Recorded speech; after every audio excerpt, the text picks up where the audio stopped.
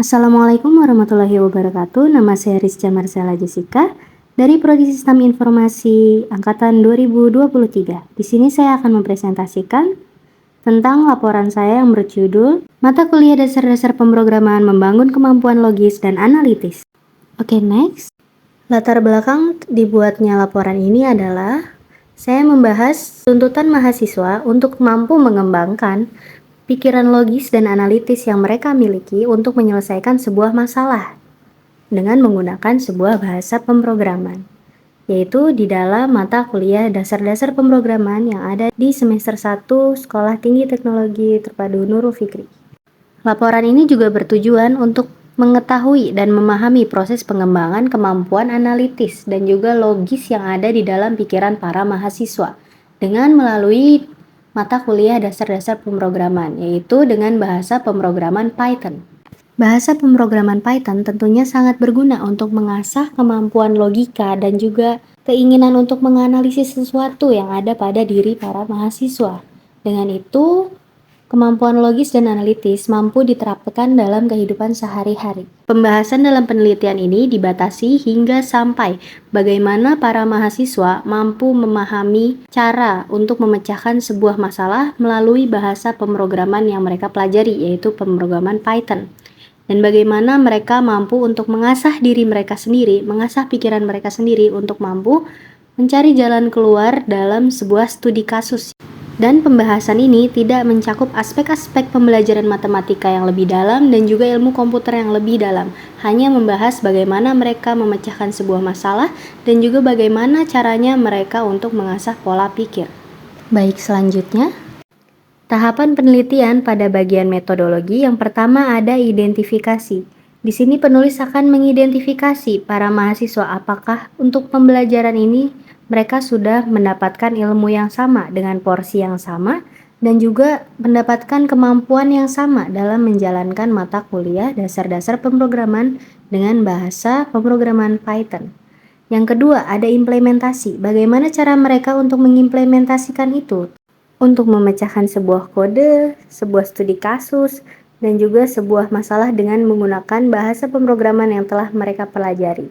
Selanjutnya ada metode pengumpulan data yang dimulai dari proses wawancara. Nah, dalam proses ini penulis mewawancara para mahasiswa bagaimana mereka untuk memecahkan sebuah masalah, untuk mengetahui kendala dan juga solusi yang mungkin mereka miliki untuk memecahkan sebuah masalah tersebut.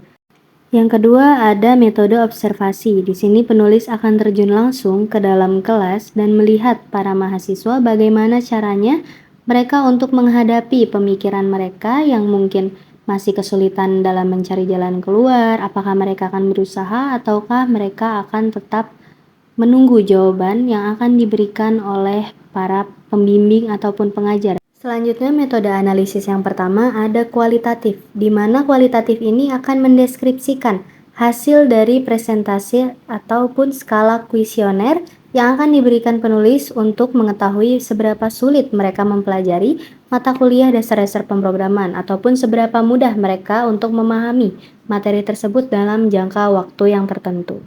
Baik, selanjutnya ada analisis dan pembahasan. Pada bagian analisis, penulis memberikan gambaran tentang jenis permasalahan yang dihadapi para mahasiswa saat menjalani mata kuliah dasar-dasar pemrograman.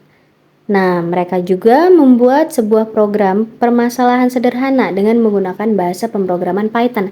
Contohnya, dengan membuat bagaimana cara menghitung aritmatika, menghitung luas keliling suatu bangun datar, dengan menggunakan bahasa pemrograman Python.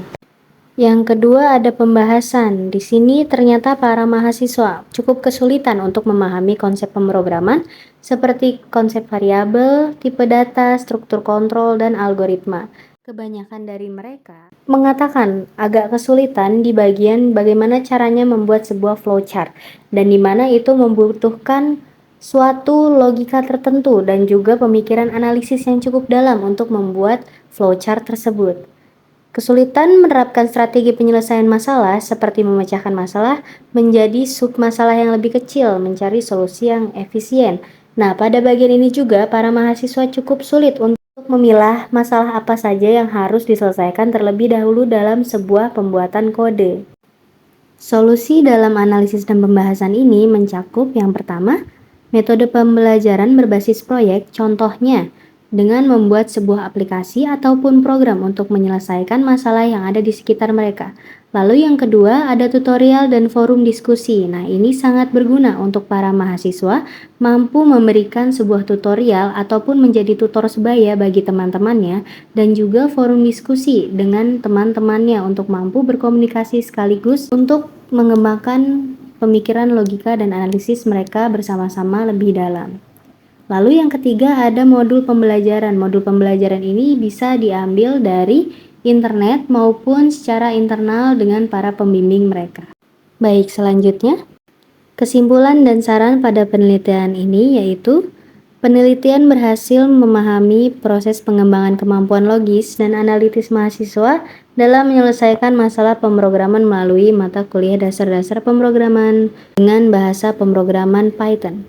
Lalu yang kedua, mahasiswa dapat mengembangkan kemampuan logis dan analitis melalui mata kuliah dasar-dasar pemrograman adalah benar. Sarannya adalah perlu melibatkan lebih banyak mahasiswa dari berbagai latar belakang dan juga memperluas jangkauan, karena hal ini akan memberikan gambaran yang lebih kompresif tentang proses pengembangan kemampuan logis dan analitis mahasiswa. Dikarenakan tidak semua mahasiswa memiliki latar dan background yang sama dalam dunia pendidikan sebelumnya. Mungkin saja ada yang tinggal di pesantren yang tidak boleh memegang handphone sama sekali, ataupun yang memang dia tidak mengerti bagaimana teknologi saat ini. Sekian, terima kasih. Wassalamualaikum warahmatullahi wabarakatuh.